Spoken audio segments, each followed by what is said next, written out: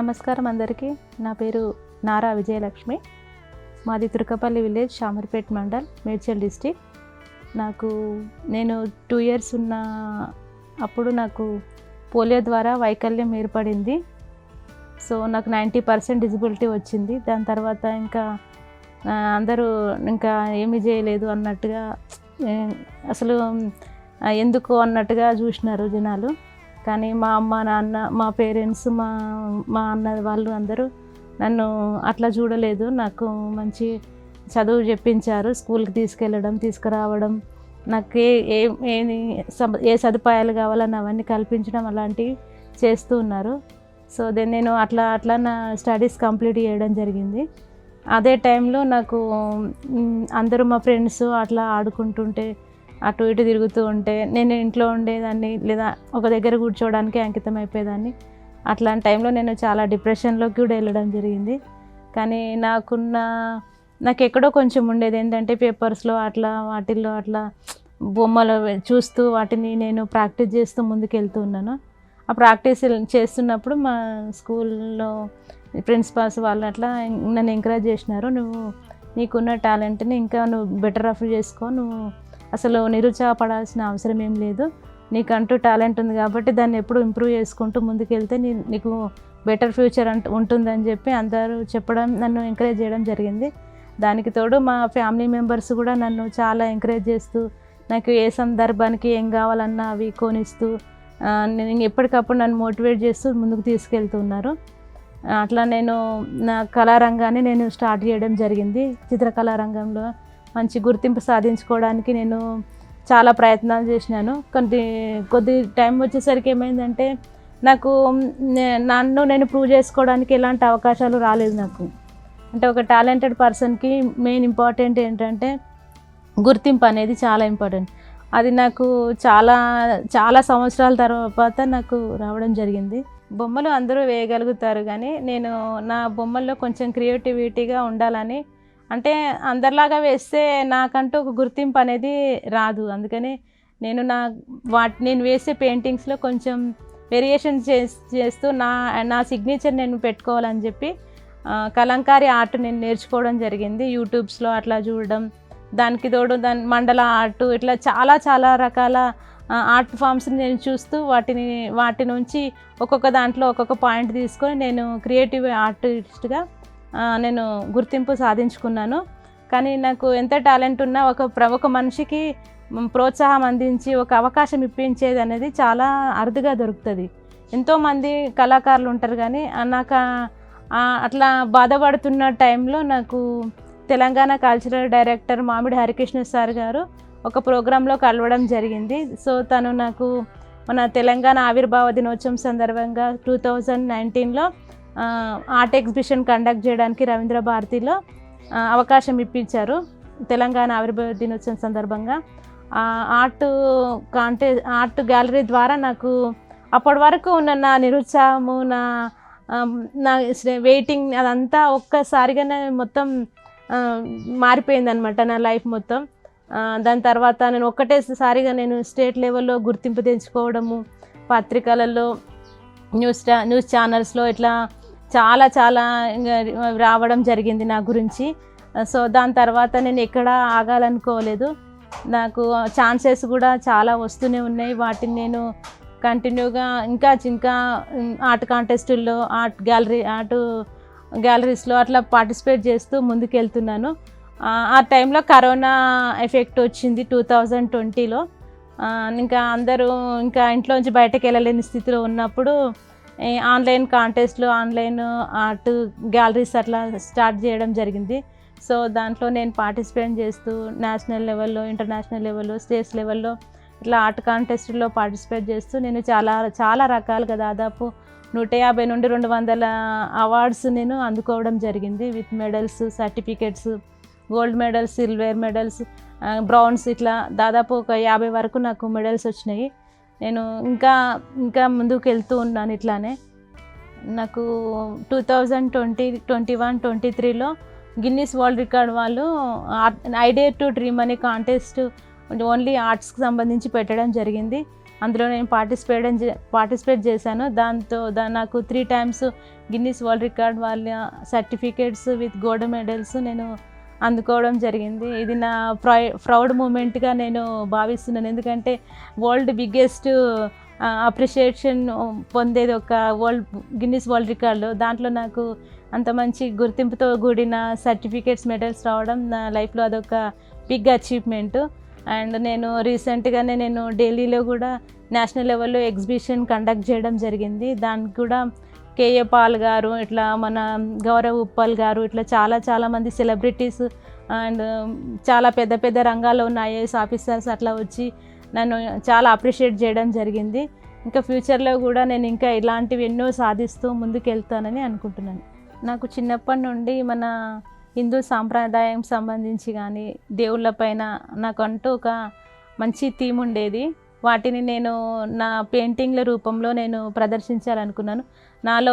నాకు చదివిన ఏదైనా దేవుళ్ళకి సంబంధించిన ఏదైనా స్టోరీ చదివినప్పుడు దాంట్లోంచి ఒక ఐడియా వస్తుంది. దాన్ని నేను ఒక చిత్ర రూపంలో మార్చడానికి నేను కృషి చేస్తున్నాను. నేను వేసిన పెయింటింగ్స్ అన్నీ కూడా ఇండియన్ మైథాలజీకి సంబంధించినవే.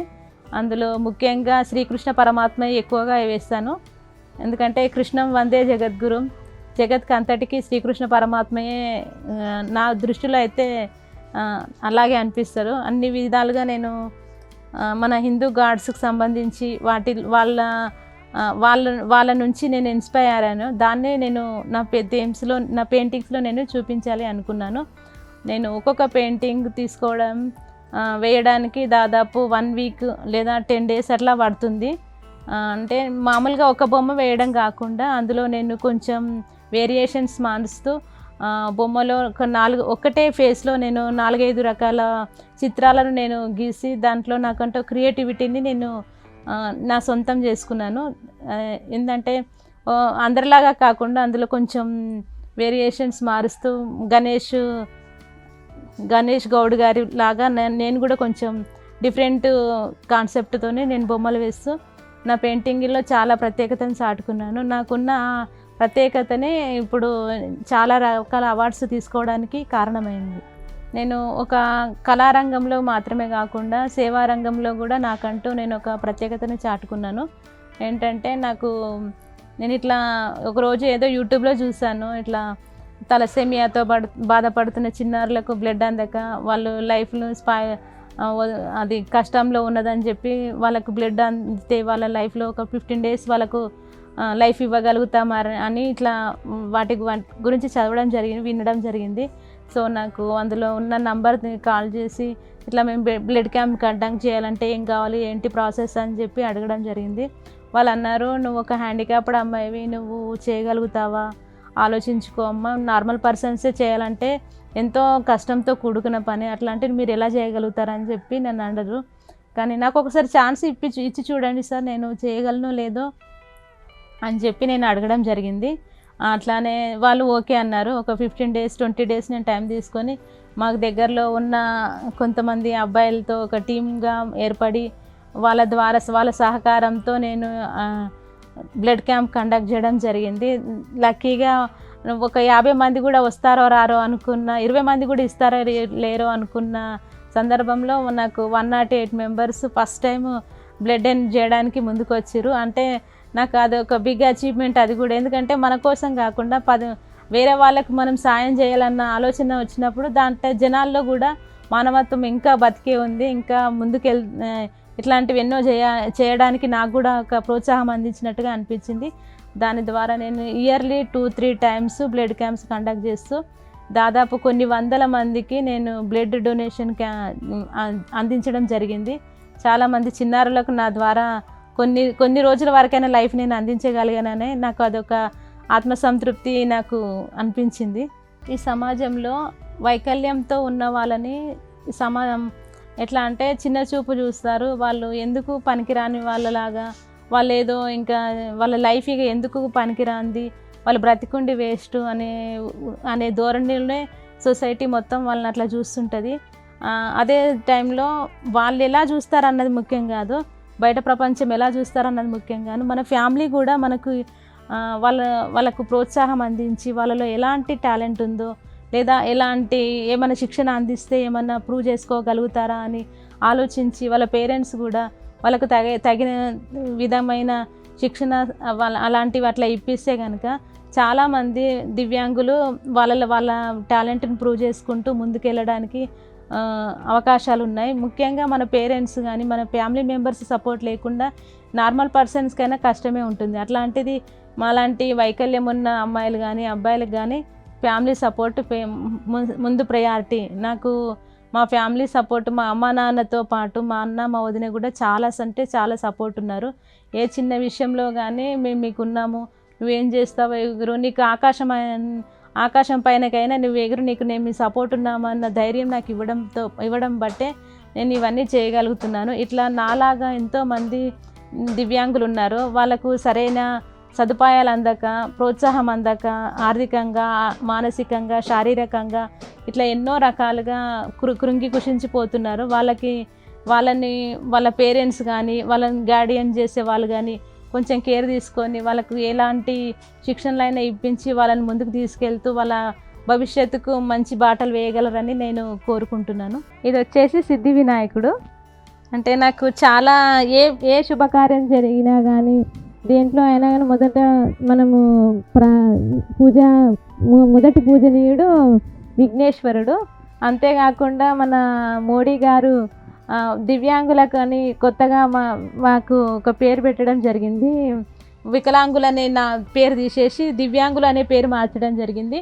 దివ్యాంగుల్లో అనే పేరు గణపతి ద్వారానే వచ్చింది. ఎందుకంటే తనకు కూడా ఇట్లా తొండం అందరిలా కాకుండా తొండము, ఏనుగు ముఖము, మనిషి శరీరం అట్లా అని దివ్యాంగుడు అనే పేరు మార్చడం జరిగింది. సో నాకు ఇష్టమైన గాడ్ ఏంటంటే వినాయకుడు కూడా. ఏంటంటే బుద్ధి సిద్ధి అన్నీ ప్రసాదించేవాడు విఘ్నేశ్వరుడు. అంటే నేను ఇట్లా ఏకదంతము, సగం విరిగిన దంతము, ఒకటి ఫుల్ దంతం పెట్టడం జరిగింది. అండ్ ఇట్లా తొండం పైకి లేపడము, దానిపైన చిత్రం రావడం, ఇట్లా రిలాక్స్డ్ మూడ్లో గణేశుడు కూర్చోవడం జరిగింది. ఇట్లా వింటున్న బుద్ధి సిద్ధి అంటే వినడంలో వినాయకుని తర్వాతనే ఎవరు అంటారు, అందుకే చెవురు దగ్గర కూడా వినాయకుని పెట్టడం జరిగింది. ఇది నా ఫేవరెట్ పెయింటింగ్ అండి.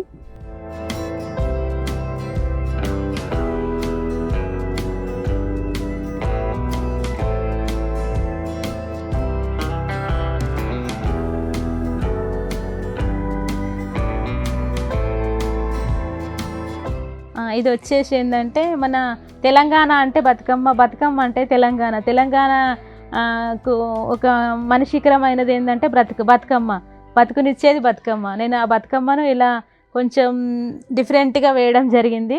ఒక పల్లెటూరు అమ్మాయిగా బతుకమ్మను పట్టుకున్నట్టుగా నేను వేయడం జరిగింది.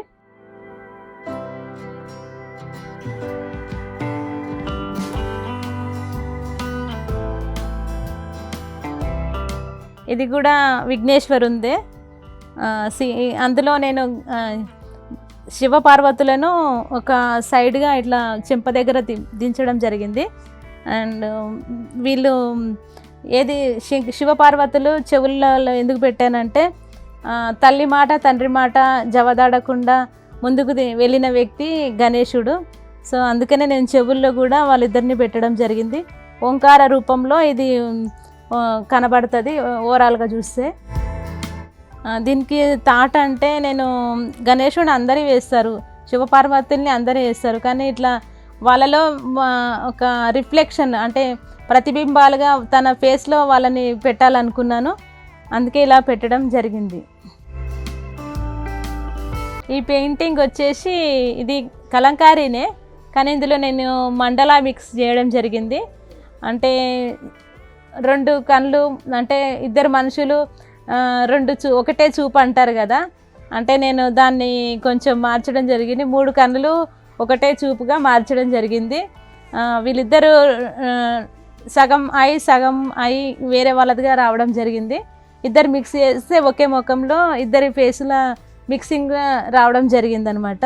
అంతేకాకుండా ఇక్కడ ఈవిడ తలంపులో ఇక్కడ అక్కడ లక్ష్మీదేవి ఆలోచనలో ఇక్కడ నారాయణి ఆలోచనలో కూడా వీళ్ళిద్దరూ అట్లా విహరిస్తున్నట్టుగా అది నేను వాళ్ళ ఫేస్లో చూపించాలనుకున్నాను. అందుకే ఇక్కడ వాళ్ళ చిక్ పైన ఇక్కడ చిక్ పైన కూడా అట్లా వాళ్ళని వేయడం జరిగింది. వాళ్ళ ఆలోచనలు కూడా వాళ్ళే ఉన్నారని చెప్పడానికి మా పైన లక్ష్మీదేవి పైన నారాయణ్ని దించడం జరిగింది. ఇక్కడ నారాయణ పైన కూడా లక్ష్మీదేవిని ఇట్లా దించడం జరిగింది.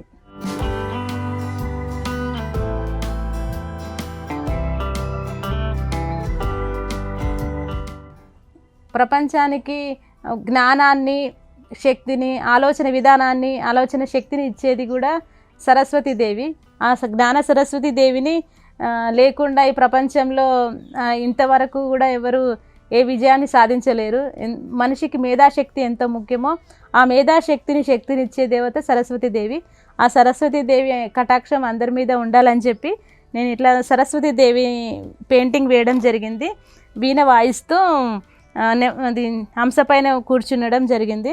ఇది నా పెయింటింగ్. అందరూ కిరీటం పెడతారు, నేను కిరీటం లాగా పెట్టకుండా ఇట్లా స్టోన్స్ లాగా పెట్టడం జరిగింది.